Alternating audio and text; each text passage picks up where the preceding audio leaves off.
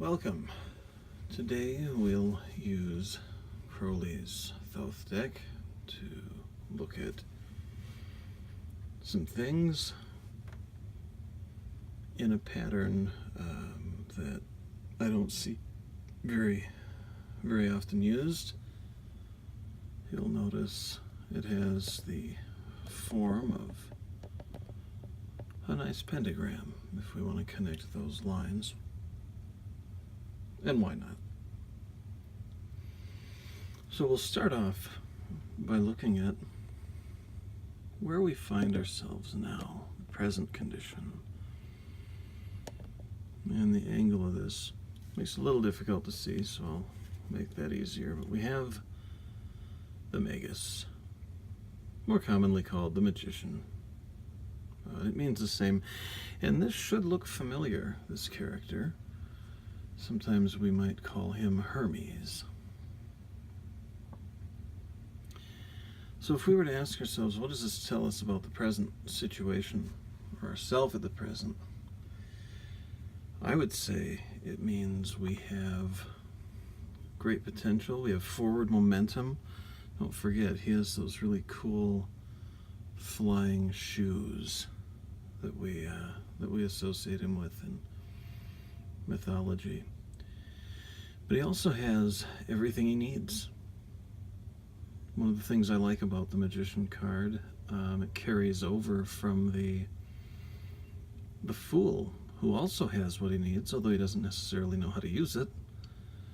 But we have all the elements that we need in life. We've got the pentagram or the disc, we've got the cup, we've got the sword, we've got the wand, we've got the Quidditch ball, apparently, whatever that represents.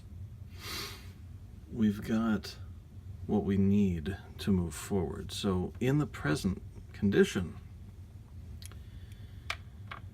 that works to our advantage.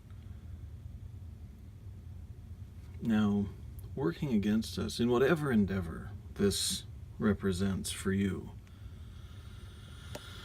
we have a beautiful card, the Five of Swords, which Crowley decided to associate with the word defeat. When I look at swords, I think of the intellect, of course, and I think in this case, if we see this particular card in this particular position, we find something maybe where the intellect works against us. Maybe we have a propensity to overthink things, to analyze things. You notice the lines on this card?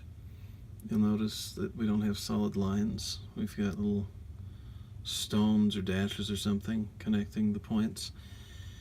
Almost like maybe we've got a propensity or a disposition to connect dots, to see things, patterns, which, while not always a disadvantageous quality, I mean, we think of great characters like Sherlock Holmes who were very good at that and did great things with that, but sometimes it can go a little too far, and maybe we see things that don't really exist, patterns that don't exist. I don't mean to suggest becoming paranoid or second-guessing yourself, but it may not hurt to give it a rest. Now, moving on to things more favorable in this endeavor. Lovers.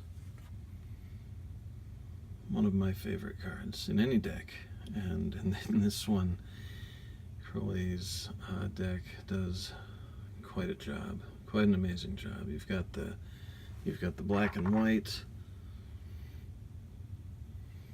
so the moving things together, maybe a harmonizing, a balance, and the ability to discern things, the ability to make decisions, which the lovers really, the lovers really exemplify this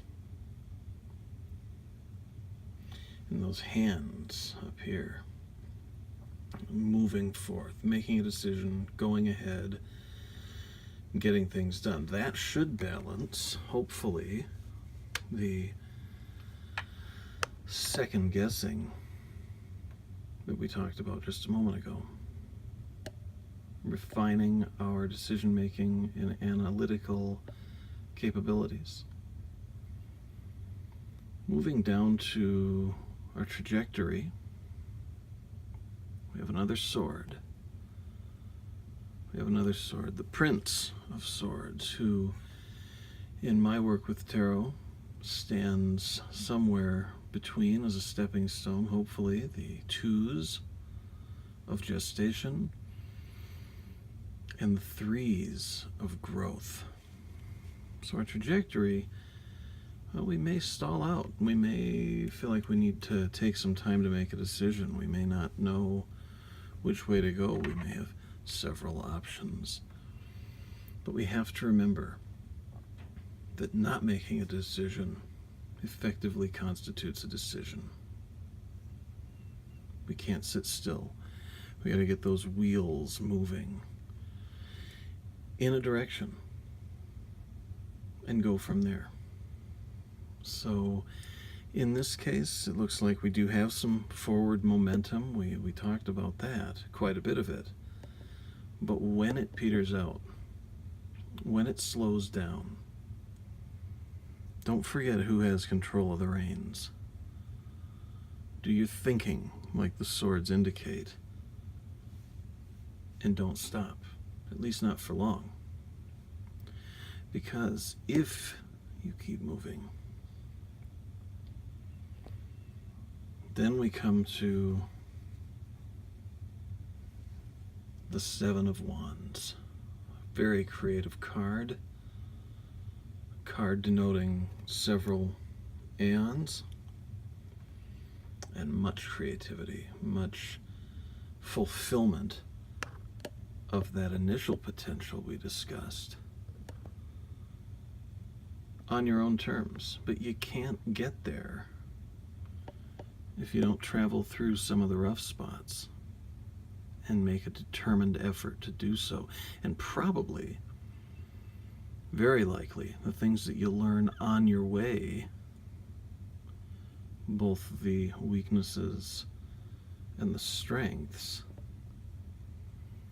will combine and lead you to that very creativity that you'll find so fulfilling. So remember, these work together. You can't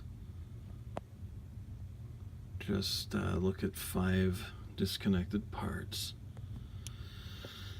Consider how they influence one another, react with one another. And again, make sure to remember who stands in control. You have a lot more control over circumstances than you realize.